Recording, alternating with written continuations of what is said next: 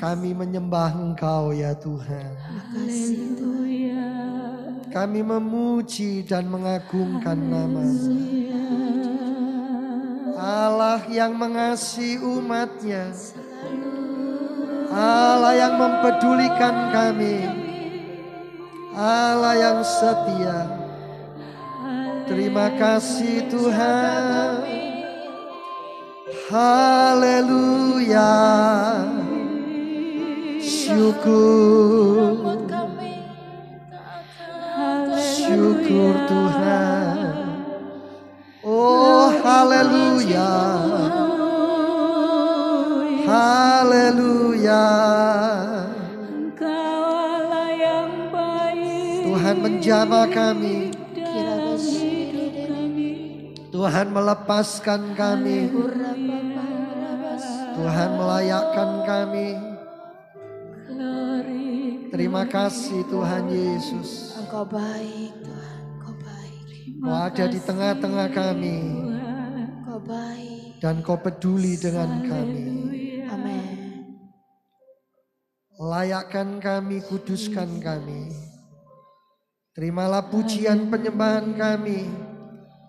Pakai akan hamba-hamba-Mu. Dalam nama Tuhan Yesus. Mari Roh Kudus Allah. Sampaikan isi hati-Mu. Dalam nama Tuhan Yesus. Puji Tuhan. Amin. Amin. Shalom Bapak Ibu, silakan duduk kembali.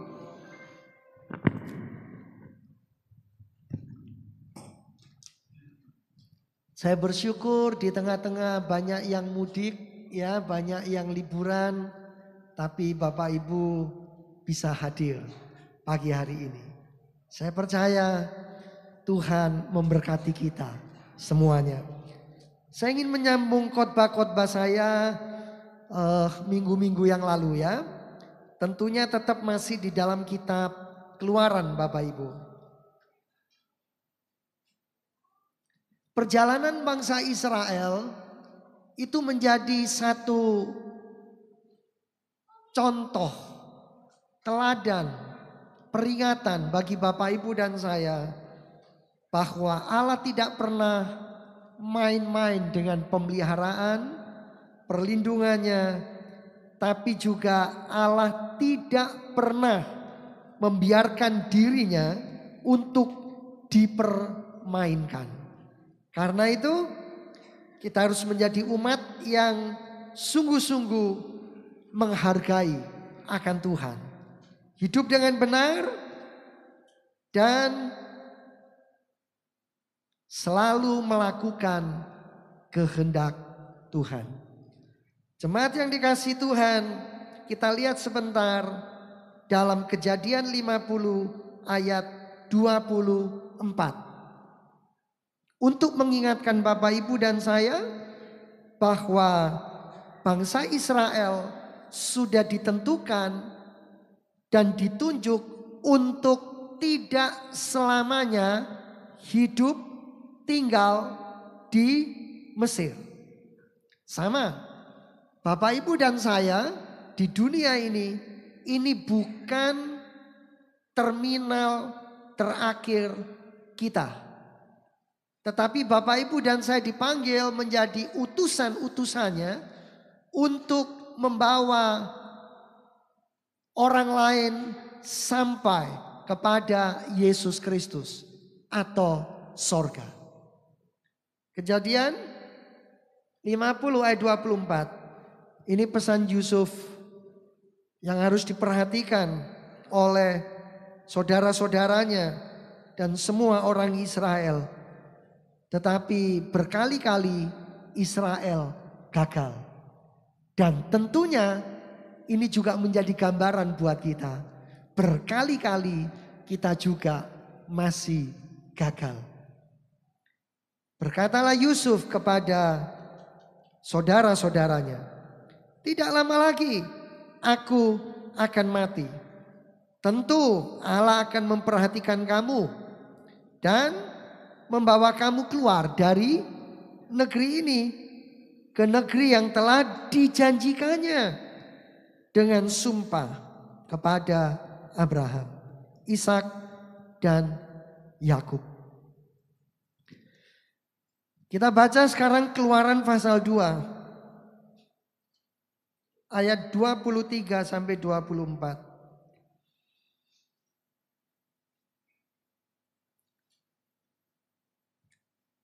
Lalu lama sesudah itu matilah Raja Mesir. Tetapi orang Israel masih mengeluh karena perbudakan. Dan mereka berseru-seru sehingga teriak mereka minta tolong karena perbudakan itu sampai kepada Allah. Allah mendengar mereka. Allah mendengar mereka mengerang. Lalu ia mengingat kepada perjanjiannya dengan Abraham, Ishak, dan Yakub. Kita baca pasal 3 Bapak Ibu ayat 7 sampai 9. Dan Tuhan berfirman, aku telah memperhatikan dengan sungguh kesengsaraan umatku di tanah Mesir. Dan aku telah mendengar seruan mereka yang disebabkan oleh pengerah-pengerah mereka. Ya, aku mengetahui penderitaan mereka. Sebab itu aku telah turun untuk melepaskan mereka dari tangan orang Mesir dan menuntun mereka keluar dari negeri itu ke suatu negeri yang baik dan luas, suatu negeri yang berlimpah-limpah susu dan madunya, ke tempat orang Kanaan, orang Het, orang Amori, orang Feris, orang Hewi, dan orang Yebus. Kita lihat sekarang Keluaran pasal 5 Bapak Ibu, ayat 22 sampai 24. Keluaran 5 ayat 22 sampai 24. Lalu Musa kembali menghadap Tuhan, katanya, Tuhan, mengapakah kau perlakukan umat ini begitu bengis? Mengapa pula aku yang kau utus? Sebab sejak aku pergi menghadap Fir'aun untuk berbicara atas namamu, dengan jahat diperlakukannya umat ini. Dan kau tidak melepaskan umatmu sama sekali. Tetapi Tuhan berfirman kepada Musa, sekarang kau akan melihat apa yang akan kulakukan kepada Fir'aun. Sebab dipaksa oleh tangan yang kuat, ia akan membiarkan mereka pergi. Ya, dipaksa oleh tangan yang kuat, ia akan mengusir mereka dari negerinya. Jadi Bapak Ibu harus baca Keluaran ini baik-baik di rumah, supaya punya pemahaman yang benar dan utuh. Jadi singkat cerita Bapak Ibu, setelah Tuhan memerintahkan Musa untuk datang kepada Fir'aun, maka penyiksaan, tekanan yang dilakukan oleh Fir'aun itu tidak semakin meredah, tapi malah bertambah hebat. Sampai-sampai mereka menjumpai Musa dan berkata, kenapa kamu membiarkan kami seperti ini? Sampai Musa juga protes kepada Tuhan. Jemaat yang dikasihi Tuhan, dari sini saya ingin menunjukkan bagaimana pembelaan Tuhan terhadap umatnya. Penyiksaan demi penyiksaan, mulai dari kerja rodi sampai bayi-bayi yang lahir dari wanita Israel disuruh bunuh. Dan bidan-bidan itu takut akan Allah, menjaga dan menyelamatkan. Lalu Fir'aun memerintahkan supaya semua bayi dibuang ke Sungai Nil, dilempar ke sana. Anak di bawah 2 tahun harus dibuang semuanya. Sampai akhirnya Fir'aun mati, diganti dengan Fir'aun yang baru, raja yang lain. Mereka tambah takut karena umat Allah bertambah besar. Umat Allah bertambah banyak. Lalu Musa harus menyampaikan bahwa Israel yang pernah datang ke Mesir, yang awalnya hanya berjumlah 70 orang, sekarang harus keluar dari Mesir. Lalu Firaun tanya, untuk apa? Bukankah kami sudah nyaman dengan memiliki pekerja-pekerja yang membangun kota kami? Bisa kami jadikan budak. Kenapa kamu harus keluar? Kata Musa, sebab umat Allah ini harus menyembah Allah. Umat Allah harus keluar karena mempersembahkan korban kepada Allah. Umat Allah harus keluar karena apa? Beribadah kepada Allah. Jemaat yang dikasihi Tuhan, Firaun semakin mengeraskan hati. Firaun semakin melarang dan Firaun semakin marah. Maka di dalam pasal yang ke-7, kalau Bapak Ibu lihat sampai pasal yang ke-12, ada 10 tulah. 10 tulah adalah 10 hukuman Allah yang diberikan untuk bangsa Mesir karena mereka menahan umat Allah dari beribadah, dari berkorban, dari menyembah kepada Allah. Bapak Ibu, mari kita buka dengan cepat pasal 7. Kita lihat ayat yang ke-14. Saya tidak bahas tentang tula-tula ini, tapi kita langsung baca dengan cepat, ya. Perhatikan Alkitab masing-masing. Tula yang pertama itu Keluaran 7, Bapak Ibu. Ayat 14 sampai 25. Di mana air menjadi darah. Bapak Ibu bisa bayangkan di seluruh Mesir. Tula yang kedua itu pasal 8. Ayat 1 sampai 14. Hukuman yang kedua adalah kata. Saya percaya ini tidak kalah ngerinya. Di atas meja makan, di tempat tidur, di dalam lemari, di mana-mana dipenuhi oleh kata. Lalu tula yang ketiga Bapak Ibu, itu Keluaran pasal yang ke-8 ayat 16 sampai yang ke-19. Yaitu nyamuk yang begitu banyak. Tulah yang keempat adalah lalat pikat. Kita sebut saja lalat. Keluaran 8 ayat 20 sampai 21. Yang kelima penyakit sampar. Keluaran 9 ayat 1 sampai 7. Lalu barah. Keluaran 9 ayat 8 sampai 12.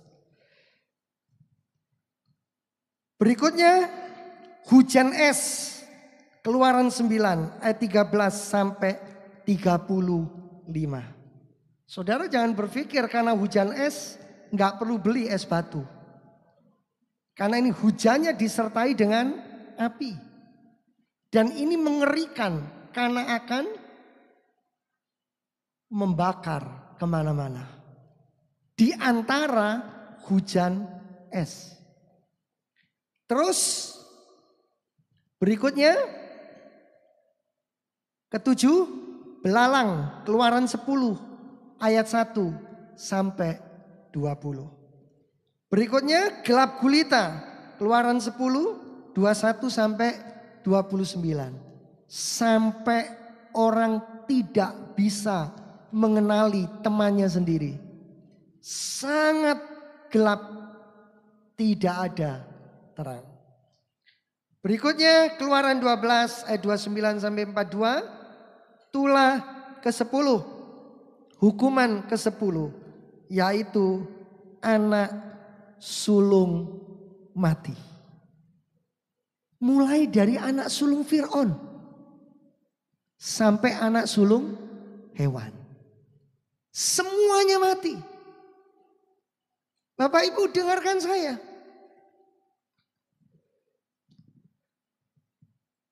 Orang Mesir itu orang yang menyembah banyak dewa.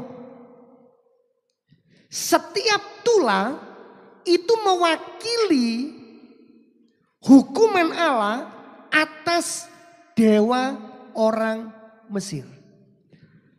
Saya sengaja tidak menyebutkan. Misalnya air menjadi darah. Itu dewa apa yang dipermalukan? Itu dewa sesembahan orang Mesir yang berhubungan dengan sungai Nil. Jadi Bapak Ibu ingat pada waktu bayi-bayi itu dibuang ke sungai Nil.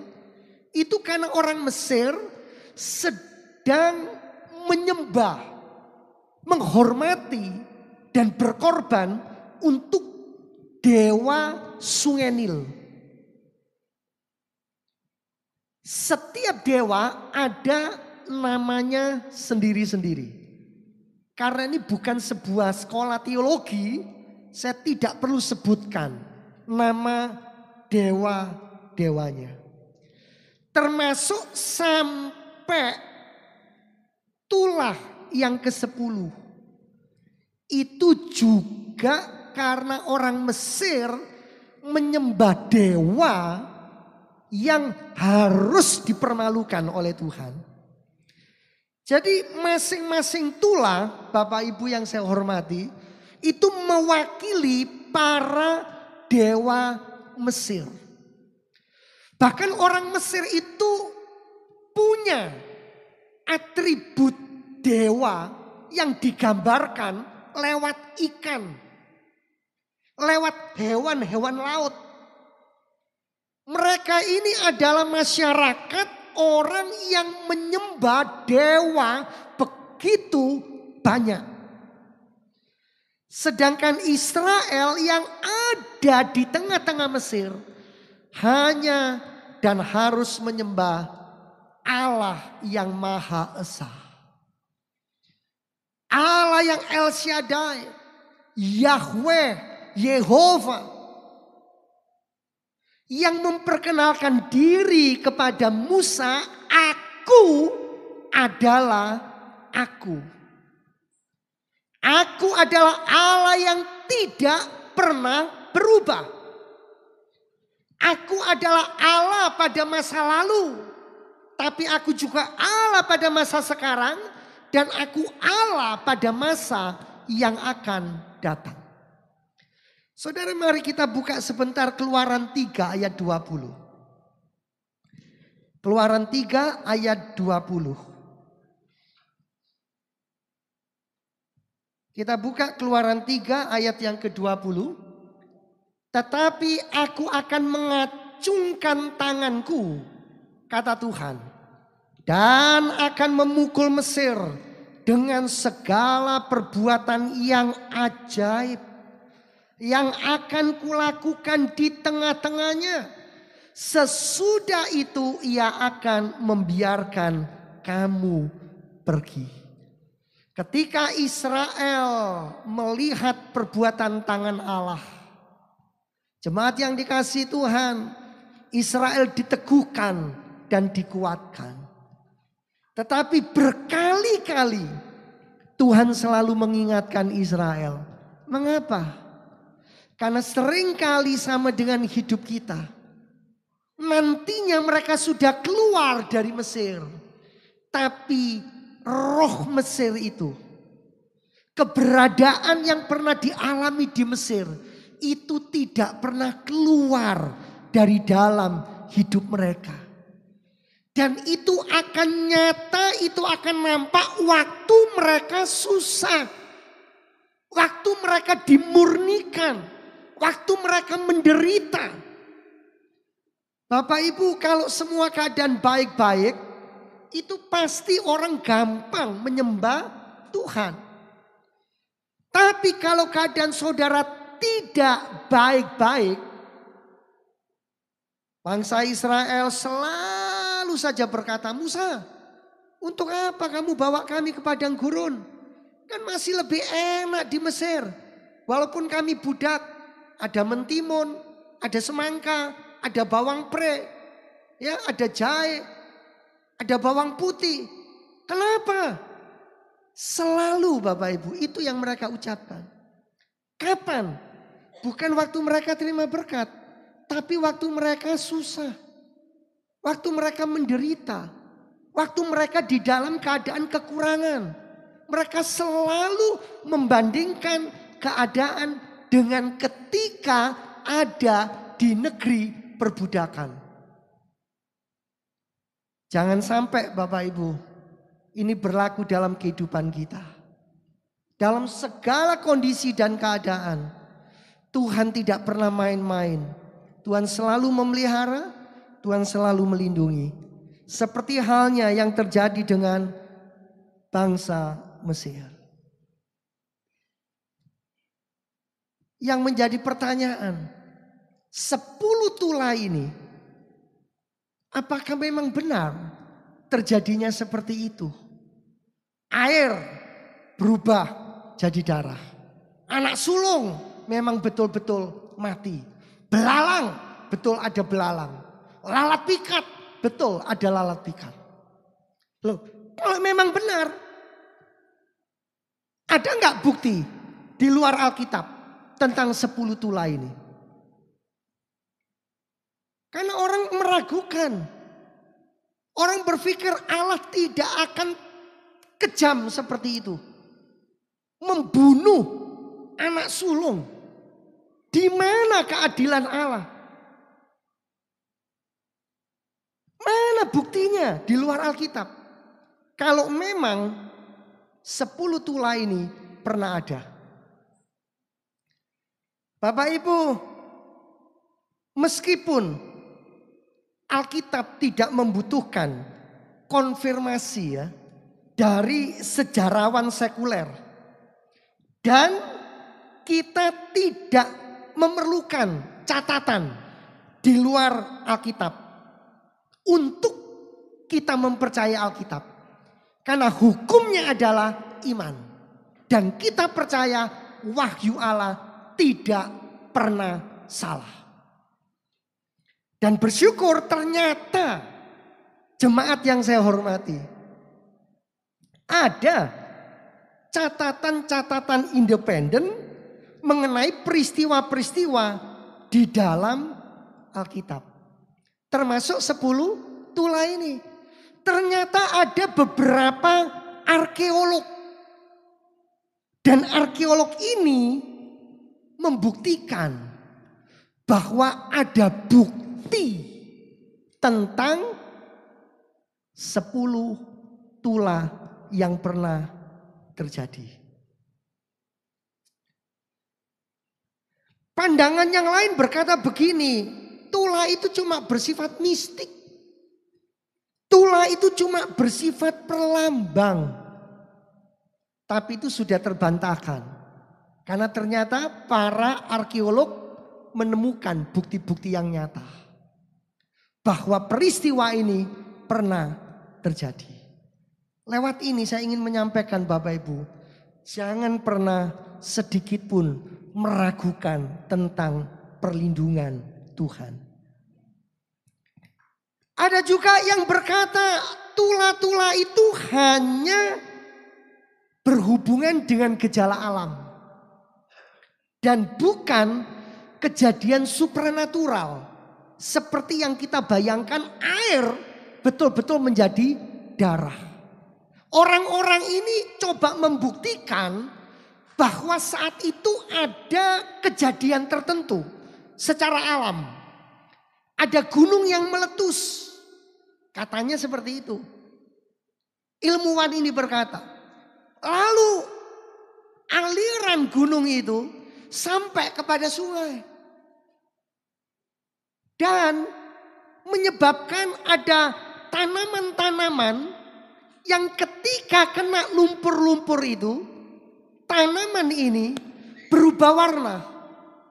Sehingga mengeluarkan warna merah seperti darah. Dan itu memang beracun, yang minum pasti mati.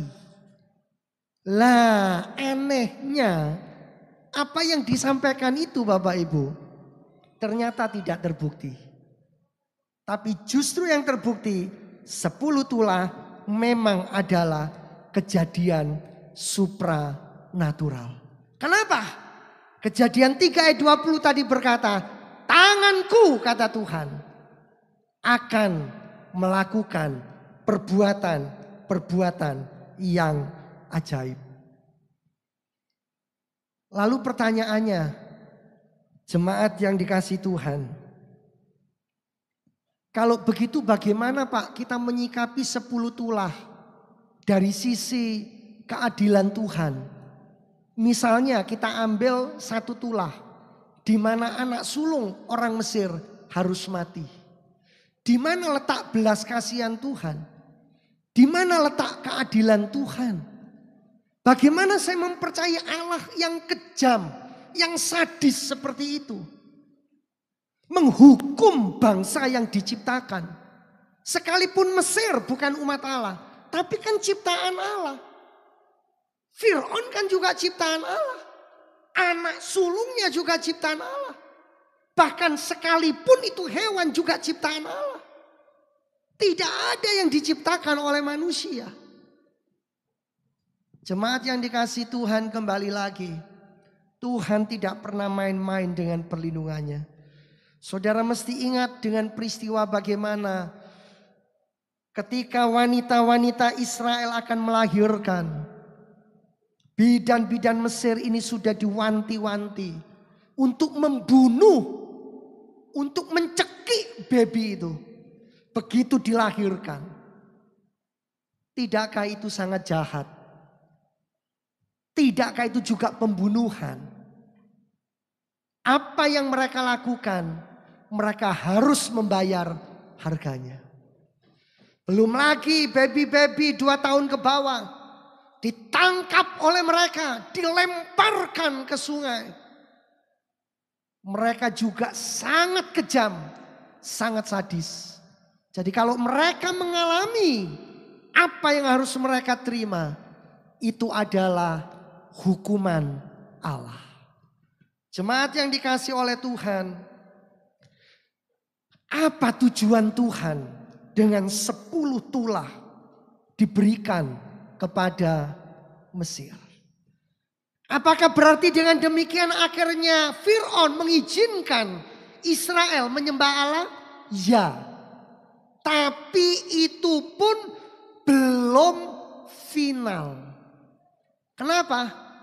Begitu sudah berangkat Bapak Ibu. Ini Fir'aun yang hatinya sudah keras. Ya. Saudara lihat ya. Dosa itu akan membuat saudara jadi orang yang kebal. Dosa itu akan membuat saudara jadi orang yang keras hati. Gak bisa diomongi.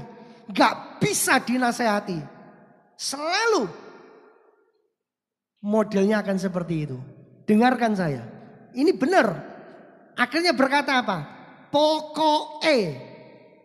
Pokoknya aku seperti ini. Kamu mau apa? Dan itu Fir'aun.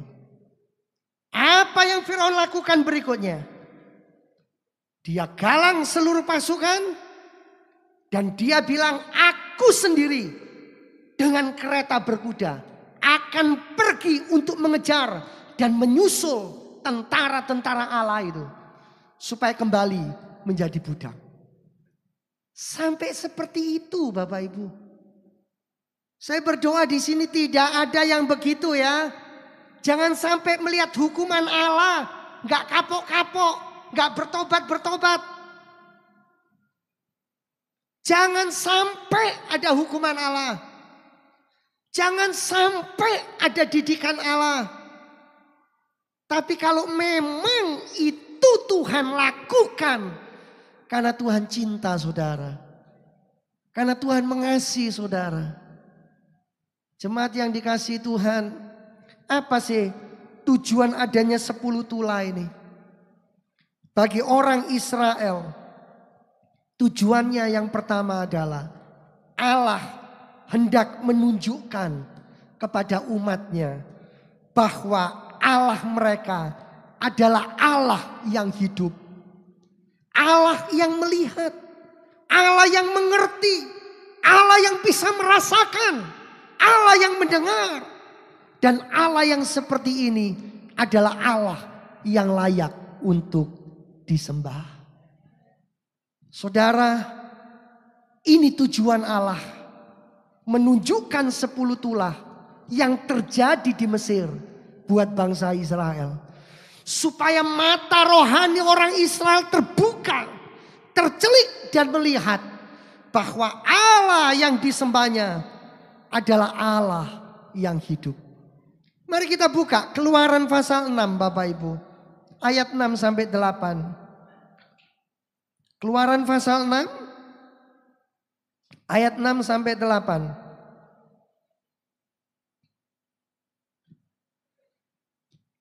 Aku akan mengangkat kamu menjadi umatku dan aku akan menjadi Allahmu, supaya kamu mengetahui ya bahwa akulah Tuhan Allahmu yang membebaskan kamu dari kerja paksa orang Mesir. Terus,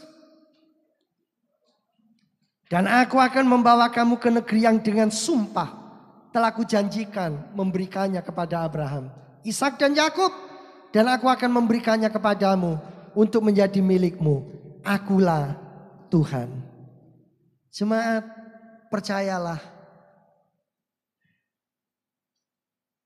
hari ini yakinkan dirimu dengan segala penderitaan, segala kesulitan, segala pergumulan.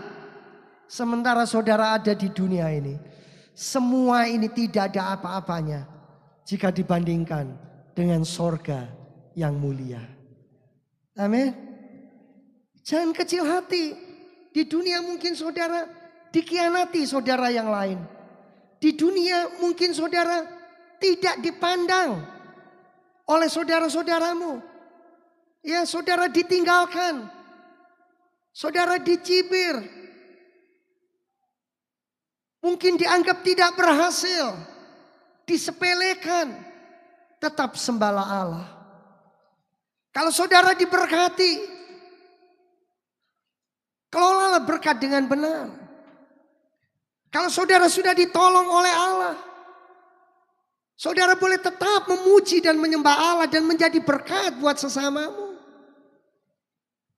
Yang kedua saudara, tujuan adanya 10 tulah. Tuhan ingin menunjukkan kepada Israel dan kepada Mesir bahwa Allah orang Mesir itu tidak ada apa-apanya. Allah dalam pengertian A kecil ya. Dewa-dewa orang Mesir tidak ada apa-apanya. Kita lihat Keluaran 7 ayat 5. Keluaran 7 ayat 5.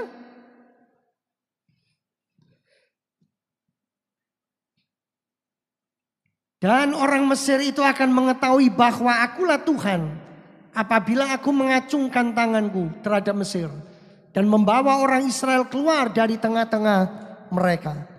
Pasal 12 ayat 12.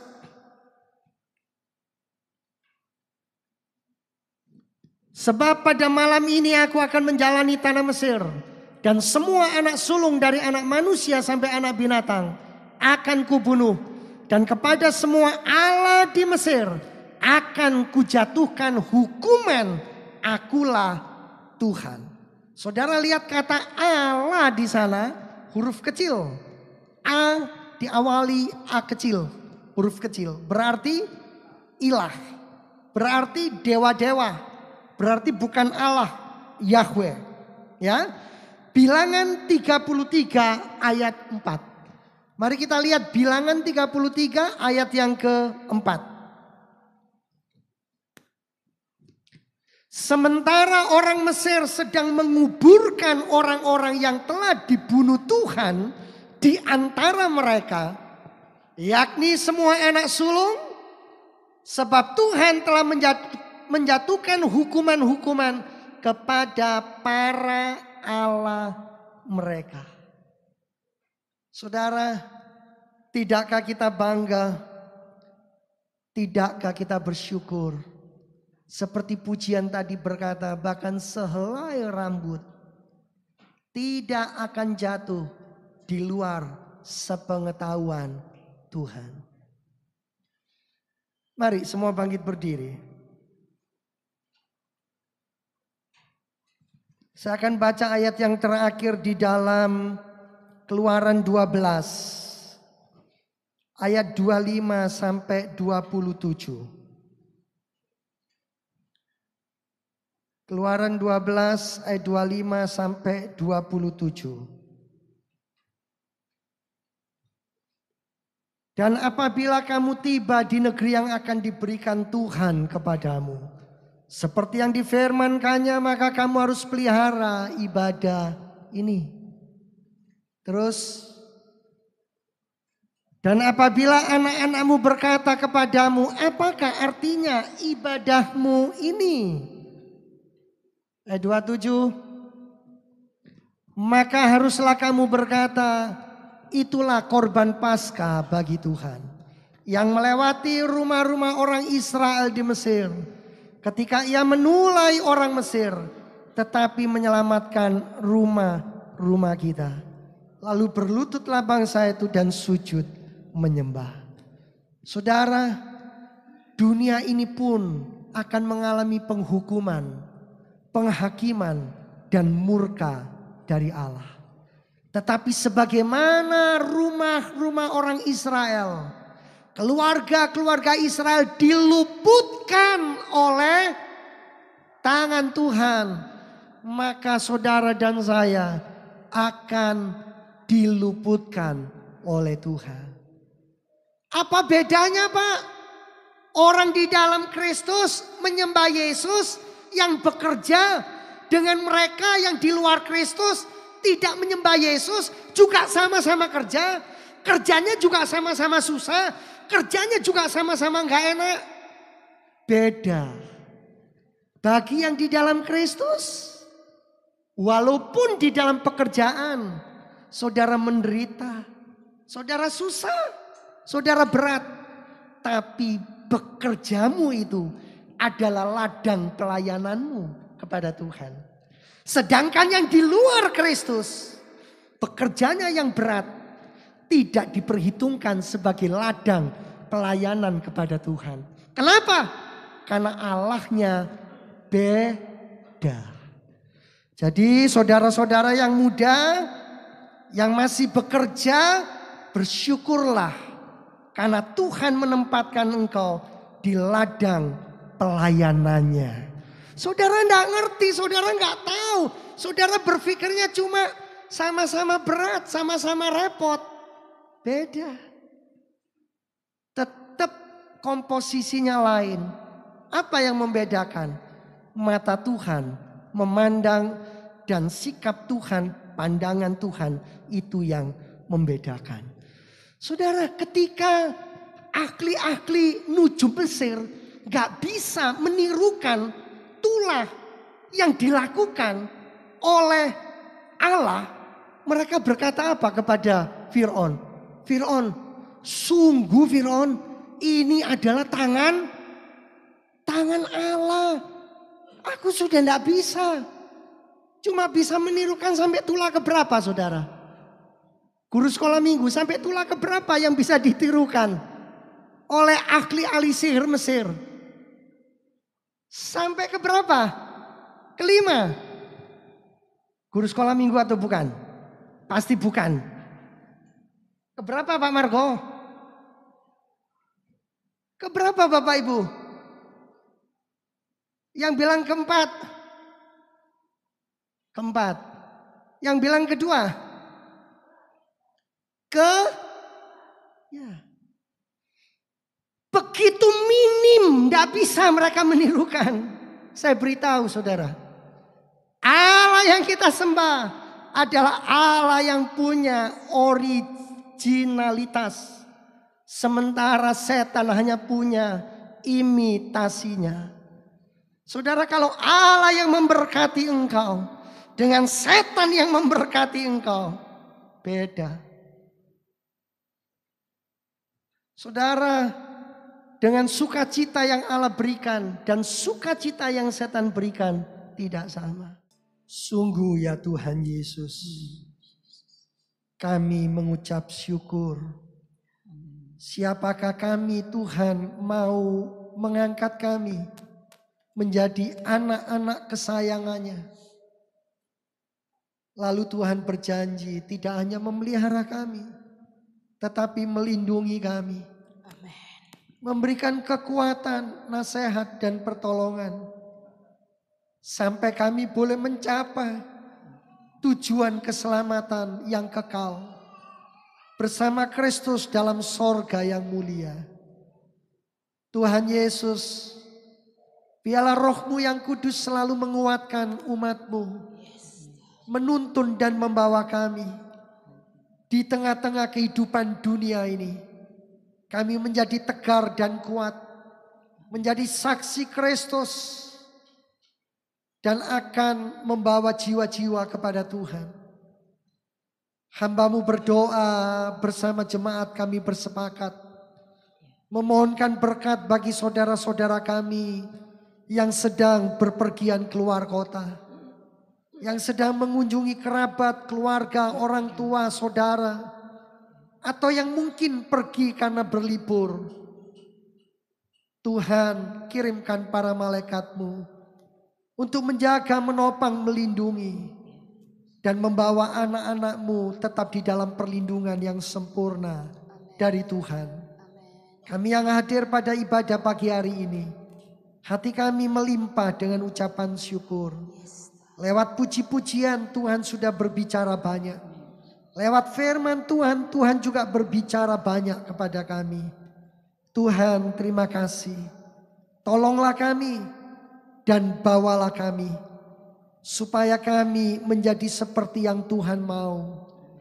Kami berdoa bagi saudara-saudara kami yang berulang tahun. Di sepanjang bulan Maret. Kasih karunia, anugerah, pertolongan. Kemurahan, kebajikan Tuhan. Belas kasihan Tuhan melimpah mengalir bagi beliau semuanya. Anak-anak-Mu boleh bertumbuh. Menjadi dewasa di dalam Tuhan. Hidup takut akan Tuhan dan melayani Tuhan. Bapak, terima kasih buat seluruh penata layanan yang sudah terlibat di dalam seluruh pelayanan.